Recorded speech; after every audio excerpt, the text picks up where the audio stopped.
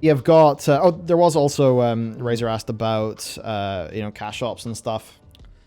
Sort of thing, I'd always say, do it make sense for the business model and do it ethically. There are free-to-play games with cash shops where they are done in a reasonable and ethical way. Yeah. But, then there's bullshit Skinner boxes and loot boxes. That is never something I will ever do. Fuck that completely. Yeah, I mean, to put it in a very old school way, like, you can't sell your soul. There's no price to put on that. And that's essentially what that is. Anyone who's watched the episode of The Simpsons where Bart sells his soul would know that. Like. Yeah. And, if I think about me playing Oblivion as a kid, like Oblivion's DLCs, just being like, oh, here's the Mage Tower DLC. Yeah. Here's this DLC. That's awesome. That'll happen via cash shop in a way, right? Yep, I would love to do stuff like that because, it's like you develop the game, you see how people play it. It would be cool to do stuff based on that. Yeah, so of course. There you go.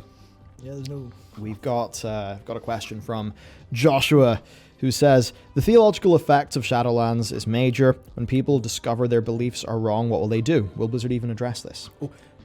No, they won't, because they're cards, and that's the biggest thing they've basically ever done.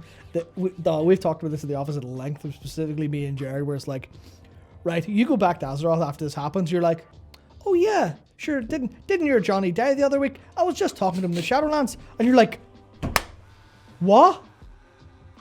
What do you mean death's just a trip down the road? Like, so we've got a big portal to all the dead people up? Yeah. Or we can just go to them and be like, all right, there. Like, I mean, is Gallywix going to be standing beside Bolvar being like, all right, who wants a ticket to see their dead family? It's like that obviously is kind of a funny take, but there are such serious theological things to all of this. It completely destroys like half of World of Warcraft society, where death's no longer a problem if they know about it. But messes that up with death in a way, in that it removes the mysticism of death. So I think the one way that could work is at the end of Shadowlands, there is like some sort of pact between the characters where we all say, look, we can't really break the order of things. We can't blow the lid on this. Mm-hmm. Whatever. Sign an NDA. Yeah, because it's not like the peoples of Azeroth should be expected to have this vast cosmic knowledge of everything. Yeah. Now, that said, there are times they have actually quite well done that. So, who was it? Who was it that said that there was, in fact, a Naru in the middle of Oshugun? And then there was some orc character that was like, wind your neck in. Oh, that's the big sacred thing where the ancestors go. Well, it turns out really the ancestors just being sucked into an arrow.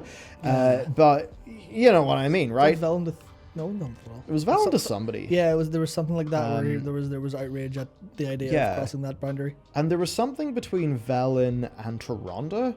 I remember it specifically happening with Taronda. Velen suspected Elune was an arrow, and she was like, don't go there. Yeah. Don't go there. We're happy with our moon goddess that we will worship to and get black makeup on our face and go full goth to use her power to kill people feature. But well, that kind of proves actually that Velen was wrong. Yeah. But Velen was only wrong in terms of scale, because I don't think Elune is an arrow. I think Elune created the prime arrow, as was found by that old tome in Dalaran that Khadgar happened upon in the Legion expansion. Good man, Khadgar. So, yeah, I think that's what's up with the theological effects of the Shadowlands. An interesting question, and it's really great to see people thinking on those levels because, in terms of building a virtual world, that's important stuff.